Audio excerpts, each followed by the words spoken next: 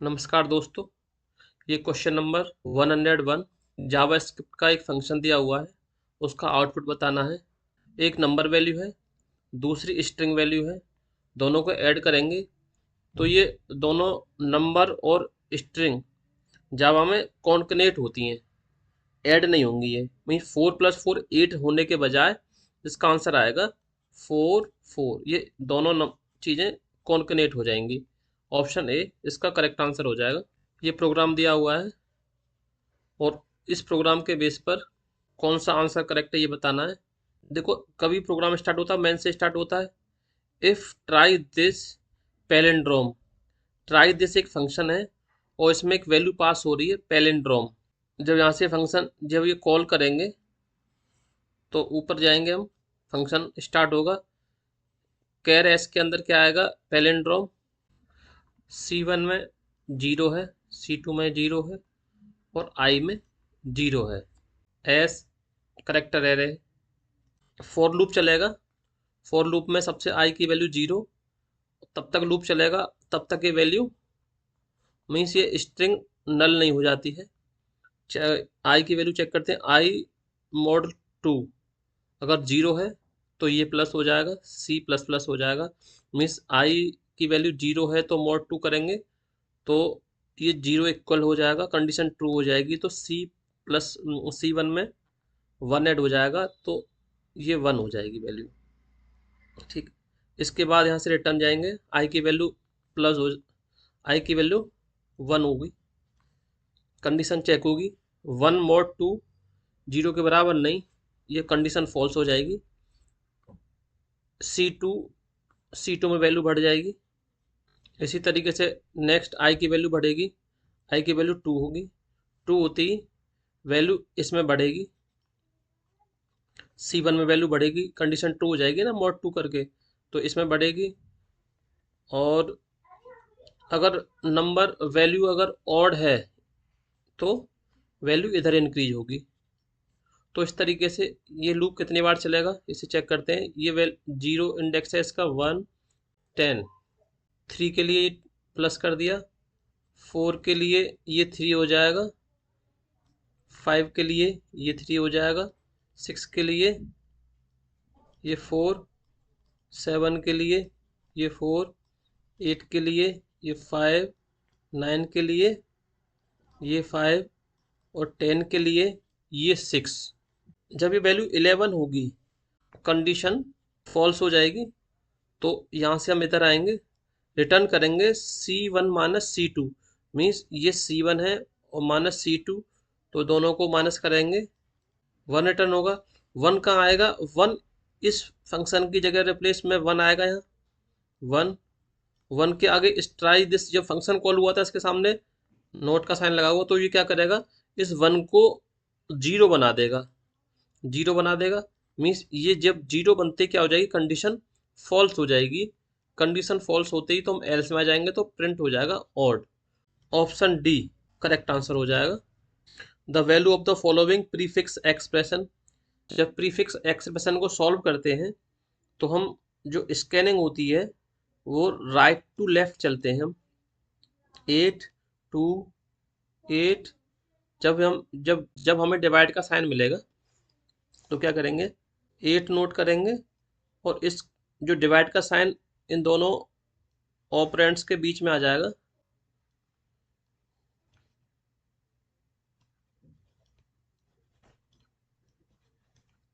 बाकी as it is note कर देंगे। जब इसे सॉल्व करेंगे इसका आउटपुट क्या आएगा, 4। इसको सॉल्व करने पर 4 मिलेगा। इसके जब नेक्स्ट स्कैनिंग होगी 8 4 5 मल्टीप्लाई, मल्टीप्लाई का साइन 5 और 4 के बीच में आएगा। इसे सॉल्व करेंगे 20 होगा, 20 जब दोबारा से स्कैनिंग होगी 8 23 प्लस मिलेगा, तो प्लस मिलते ही 3 प्लस 20 23 हो जाएगा ये 23। फिर दोबारा से 23 और ये माइनस का है तो 23 माइनस 8 15 आंसर मिलेगा। Option C correct. Which of the following code segment will correctly return the value in the first node of link list pointed by the front. एक लिंक लिस्ट में फर्स्ट नोड है front नाम से, उसकी value return करनी है and also properly remove, और उसे रिमूव भी कर देना है from the link list, link list से उसे रिमूव कर देना है। नोड बना लेते हैं पहले हम। इस नोड को डिलीट करना है। स्ट्रक्ट नोड टाइप का हमने एक टेम्प वेरिएबल बनाया है, उसमें फ्रंट की वैल्यू स्टोर की है, फिर फ्रंट को नेक्स्ट पहुंचा दिया है, मीन्स फ्रंट आपका 10 पर पहुंच गया है, और फ्री टेम्प, और टेम्प को फ्री कर दिया है, मीन्स इसमें हमने जो वैल्यू स्टोर की थी फर्स्ट नोड की वो उसको फ्री कर दिया है, और फिर टेम्प की वैल्यू रिटर्न की है। तो ये आपका गलत हो जाएगा, क्योंकि जब टेम्प जब फ्री हो गया तो उसमें कुछ बचेगा ही नहीं, ये डिलीट हो चुका है, इसलिए गलत हो जाएगा। स्ट्रक्ट नोड टेम्प, टेम्प में फ्रंट को जो फ्रंट की वैल्यू है वो टेम्प में स्टोर की है, उसके बाद फ्रंट को नेक्स्ट पहुंचा दिया है, मीन्स फ्रंट आपका 10 पे पहुंच गया है इसमें। रिटर्न टेम्प, टेम्प की वैल्यू रिटर्न की है, और फ्री टेम्प, देखो जब हम यहाँ से रिटर्न कर जाएंगे तो फ्री ये वाली लाइन एग्जीक्यूट नहीं होगी, तो इसलिए ये भी गलत हो जाएगा। इसमें जो है एक्स की value front means first node की वैल्यू एक्स में आई है, और फ्रंट को नेक्स्ट पे पहुंचा दिया है, और रिटर्न एक्स, एक्स को रिटर्न किया है, मीन्स इसमें फ्री वाला फंक्शन यूज नहीं हुआ है, मीन्स जो नोड फर्स्ट नोड है उसको डिलीट नहीं कर पाए हम, फ्री नहीं कर पाए, इसलिए गलत हो जाएगा। ये ऑप्शन डी आपका करेक्ट है, क्योंकि इसमें एक्स की वैल्यू रिटर्न भी की है और टेम्प को फ्री भी किया गया है, तो इसलिए ये सही हो जाएगा। The last address of IP address represent, option A correct हो जाएगा। लास्ट एड्रेस ब्रॉडकास्ट एड्रेस के लिए होता है, और पहला एड्रेस नेटवर्क एड्रेस के लिए होता है, तो इसे लिख देंगे पहला और इसे लिख देंगे अंतिम। Option A correct. What is the output produced by following code? A B C. सबसे पहले ये एग्जीक्यूट हुआ, ए में आ गया 4, B equal to A, B में क्या आ गया 4, C equal to B, B की वैल्यू सी में आएगी means 4, A equal to A plus 5 means A की वैल्यू 1 प्लस हो जाएगी, ए की वैल्यू 5 हो जाएगी, B equal to B plus 2, B की वैल्यू 6 हो जाएगी, C equal to C plus 3, C की वैल्यू 7 हो जाएगी, B equal to A, B में ए की वैल्यू 5 आ जाएगी, A equal to B, A में बी की वैल्यू आ जाएगी मीन्स 5, ए प्रिंट करना है 5 होगा, बी प्रिंट करना है 5, सी प्रिंट करना है 7, 5 5 7, ऑप्शन ए करेक्ट हो जाएगा। Dash OSI model layer best describe the data integrity service. Transport layer पर टीसीपी कार्य करती है। टीसीपी का क्या कार्य है? यदि डाटा डेस्टिनेशन पर error free and completely data transfer नहीं होता है तब तक वो डाटा को पुनः ट्रांसफर करती है, मीन्स ये उसकी इंटीग्रिटी को बनाए रखती है, तो इसलिए option B transport layer correct answer हो जाएगा। Question number 108, self referential structures are used to implement. जो सेल्फ रेफरेंशियल स्ट्रक्चर होता है वह स्ट्रक्चर है जिसमें उसी स्ट्रक्चर टाइप का पॉइंटर होता है, मीन्स ये किस में आएगा? लिंक लिस्ट में। लिंक लिस्ट ऐसा एक स्ट्रक्चर है उसमें उसी टाइप का पॉइंटर होता है, उसी टाइप का पॉइंटर होता है। जैसे एग्जांपल से इसे समझिए, स्ट्रक्ट नोड जो स्ट्रक्चर टाइप है उसी टाइप का इसमें एक पॉइंटर दिया हुआ है जिसे हम बोलते हैं self referential structure. Option D ये लिंक लिस्ट के अंतर्गत आता है, तो ऑप्शन डी करेक्ट हो जाएगा। What will be the output of the following JavaScript. एक कोड दिया हुआ है, इसका आउटपुट बताना है। वेर एस, एस नाम का वेरिएबल है, उसमें गुड 100% ये स्टोर हुआ है। Variable pattern equal to forward slash backward slash D forward slash G, एक पैटर्न है, और इसका आउटपुट क्या है? एक वेरिएबल, आउटपुट नाम का वेरिएबल है एस डॉट मैच, जो स्ट्रिंग है उसमें पैटर्न को पास किया गया है, उसे मैच किया गया है। डी का मीनिंग है नॉन डिजिट करेक्टर। जी का मीनिंग है ग्लोबल। ग्लोबल का मीनिंग होता है फाइंड ऑल मैचेस, में सभी मैच को फाइंड करेगा। एच डॉट मैच पैटर्न, इसमें मैच फंक्शन एरे रिटर्न करता है। जावा स्क्रिप्ट में ऑटोमेटिकली एरे को कॉमा से सेपरेट करते हैं, तो इसलिए प्रत्येक के साथ में कॉमा लग जाएगा। तो ऑप्शन सी इसका correct answer. Consider a circular queue size 4, what is the position of front end rear after the following operation. Circular queue दिया हुआ है, उसका साइज 4 है, हमने यहाँ फिगर बना लिया है उसका। जब क्यू एम्प्टी होता है, फ्रंट एंड रियर दोनों की वैल्यू -1 होती है। इंसर्ट 4 एलिमेंट, इसमें 4 एलिमेंट को इंसर्ट किया है। जब ए इंसर्ट होगा तो इधर क्या आ जाएगा, फ्रंट और रियर दोनों में वैल्यू प्लस हो जाएगी। ठीक है। जब बी इंसर्ट होगा, जब फ्रंट 0 पर रहेगा, रियर रियर पोजीशन 1 पर पहुंचेगा। जब सी इंसर्ट होगा, जब रियर यहाँ से डिलीट हो जाएगा, रियर इधर आ जाएगा। जब डी इंसर्ट होगा तो रियर इधर होगा। उसके बाद क्या हो रहा है, delete element A B, 2 element को डिलीट किया है, मीन्स ए को डिलीट करेंगे तो फ्रंट बी पे पहुंचेगा। जब बी को डिलीट करेंगे तो फ्रंट फ्रंट सी पे पहुंच जाएगा। ए और बी को डिलीट करने पर फ्रंट इंडेक्स पोजीशन 2 पर आ जाएगा। अब ई को इंसर्ट करना है, रियर से इंसर्ट होगा, मीन्स इंसर्ट यहाँ होगा। अभी यहाँ था रियर, यहाँ से हट जाएगा, रियर आपका पहुंच चुका है 0 इंडेक्स पे। फ्रंट 0 रियर 3, ये गलत हो जाएगा। फ्रंट 0 रियर 4, ये भी गलत हो जाएगा, 4 तो इंडेक्स ही नहीं है इसमें। फ्रंट 1 रियर 3, फ्रंट 1 ये भी गलत हो जाएगा। Front 2 rear 0, option D correct हो जाएगा।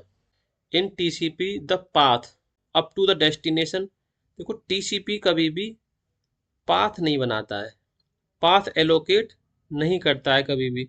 TCP establish a logical connection, TCP हमेशा लॉजिकल कनेक्शन बनाता है।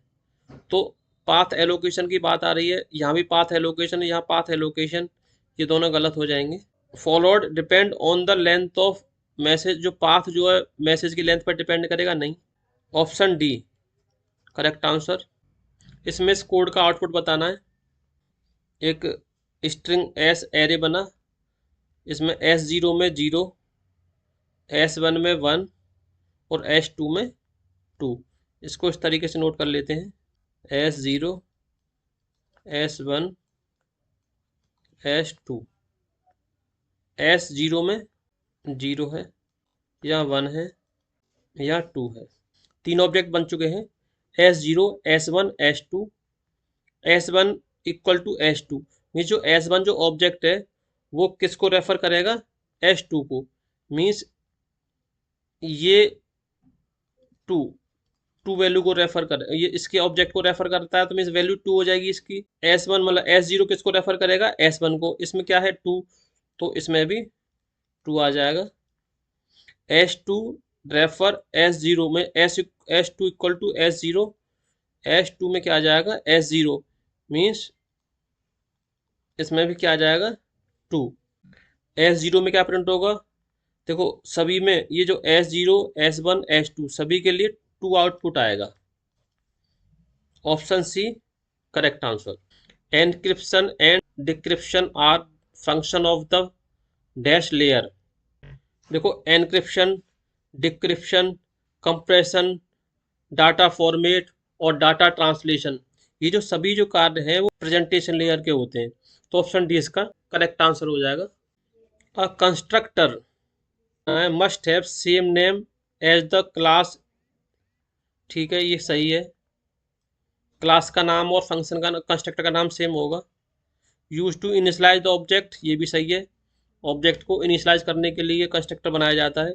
May be declare a private, हाँ बिल्कुल ये भी करेक्ट है, उसको प्राइवेट भी बनाया जा सकता है। पहला दूसरा तीसरा सभी ट्रू है।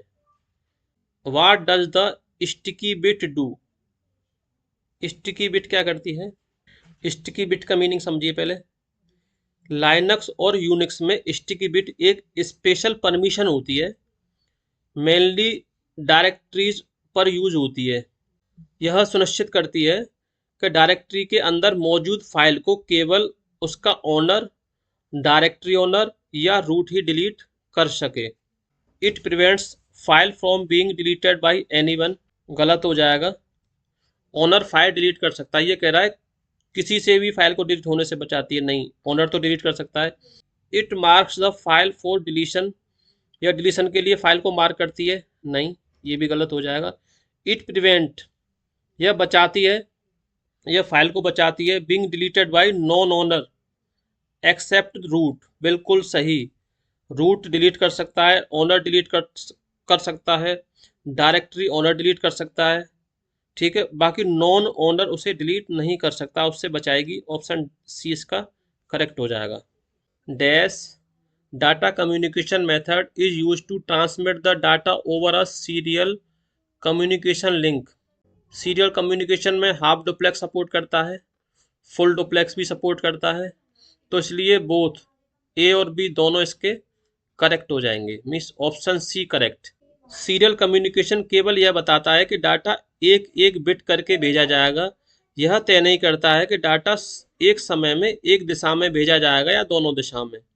तो ये हाफ डुप्लेक्स भी सपोर्ट करता है और ये फुल डुप्लेक्स भी सपोर्ट करता है। Question number 17, the value of variable is retained across the function call in dash storage classes। Option B इसका करेक्ट आंसर हो जाएगा, क्योंकि स्टैटिक वेरिएबल फंक्शन को बार बार कॉल करने पर पुरानी वैल्यू को सुरक्षित रखता है। स्टैटिक वेरिएबल कंपाइल टाइम पर डिक्लेयर होता है तथा इसमें एक बार वैल्यू केवल इनिशियलाइज होती है, बार बार फंक्शन कॉल करने पर वैल्यू इनिशियलाइज नहीं होगी पुरानी वैल्यू, क्योंकि यह पुरानी वैल्यू को सुरक्षित रखता है। इसकी डिफ़ॉल्ट वैल्यू की बात करें, यदि इसमें हम वैल्यू इनिशियलाइज नहीं करेंगे तो ये ऑटोमेटिकली 0 से इनिशियलाइज हो जाता है। Question number 118, loss of data integrity means that the, data integrity होती है एक्यूरेसी, इसमें एक्यूरेसी लॉस हो रही है, ऐसा हमें पॉइंट देखना है। Data and system can not access by the user, इसमें एक्यूरेसी की बात नहीं हो रही है, इसमें बात हो रही है एक्सेस मीन्स अवेलेबिलिटी की बात हो रही है। Option B, invalid and corrupted data has been granted, बिल्कुल सही आंसर है ये। करप्ट डाटा और इनवैलिड डाटा क्या करेगा? लॉस ऑफ डाटा इंटीग्रिटी, ये इसलिए करेक्ट हो जाएगा। लॉस ऑफ प्रोटेक्टिंग और maintaining secrecy over critical data of the organization, इसमें गोपनीयता की बात हो रही है। Loss of protecting data from the individual, इसमें भी गोपनीयता की बात हो रही है, इसलिए गलत हो जाएंगे। क्वेश्चन नंबर 119, इस कोड का आउटपुट बताना है। एक एरे दिया हुआ है और एफ एन नाम का फंक्शन है जिसमें एरे को पास किया है और एक नंबर 10 और 92 को पास किया है। ये एफ एन नाम का फंक्शन, एरे को बना लेते हैं, ये इनके इंडेक्स नंबर है। जब फंक्शन एग्जीक्यूट होगा इधर यहाँ नोट कर लेते हैं।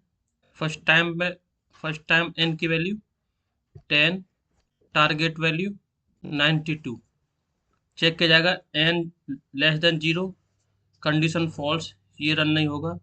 Target equal to A N means क्या है 10, तो ए एन मीन्स 10 इसमें है नहीं है, तो यहाँ पे कोई भी गार्बेज वैल्यू यहाँ आएगी तो टारगेट के इक्वल नहीं होगी, यहाँ भी कंडीशन फॉल्स हो जाएगी।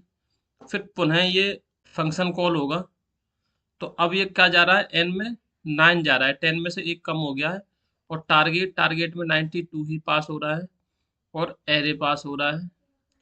तो जब दोबारा से फंक्शन जब एग्जीक्यूट होगा तो एन 0, ये condition false, target A N means index 9 पे जो वैल्यू 16 है वो 92 के बराबर है, नहीं, ये भी कंडीशन फॉल्स हो जाएगी। फिर ये पुनः ये फंक्शन कॉल होगा, एन की वैल्यू 8 हो जाएगी और टारगेट 92। पुनः ही जब कॉल हुआ n लेस देन 0, नहीं, condition false. Target A N, जब इंडेक्स 8 पर क्या है 92, target equal to A N means 92 यहाँ मैच कर जाएगा क्योंकि इंडेक्स 8 पर 92 है। तो यहाँ से n रिटर्न करेगा, n में जाएगा 8 यहाँ से रिटर्न करेगा तो इसकी वैल्यू क्या आएगी यहाँ 8 ही यहाँ से प्रिंट हो जाएगा। ऑप्शन सी इसका करेक्ट आंसर हो जाएगा। विच of the statement in the following code segment will result in a syntax error. इसमें सिंटैक्स एरर हमें बताना है। करेक्टर टाइप का एरे है जिसमें एक एरे में दिस है और दूसरा एरे बी है उसमें भी दिस है। वाइल ये फंक्शन एग्जीक्यूट हो रहा है तो उसमें हमें एरर देखनी है। यहाँ भी कोई एरर नहीं है। Pointer A not equal to B, print not same, इस लाइन में भी कोई एरर नहीं है। जब हम यहाँ आते हैं प्लस प्लस ए और प्लस प्लस बी, ये एरे वेरिएबल है। एरे वेरिएबल कभी भी मॉडिफाई नहीं होता है, ठीक है। इसलिए लाइन नंबर 5 यहाँ हमें एरर मिल गया और लाइन नंबर 6 यहाँ एरर मिल गया हमें। तो ऑप्शन डी इसका करेक्ट हो जाएगा। यदि ये जो प्लस प्लस बी किया है, अगर ये एरे ना हो करके पॉइंटर ए होता और ये पॉइंटर बी होता, उस केस में ये ट्रू हो जाते, उस केस में ये गलत नहीं होते। एरे फिक्स एड्रेस को रिप्रेजेंट करता है, उसे मॉडिफाई नहीं कर सकते हैं, इसलिए array name modifiable L value नहीं है।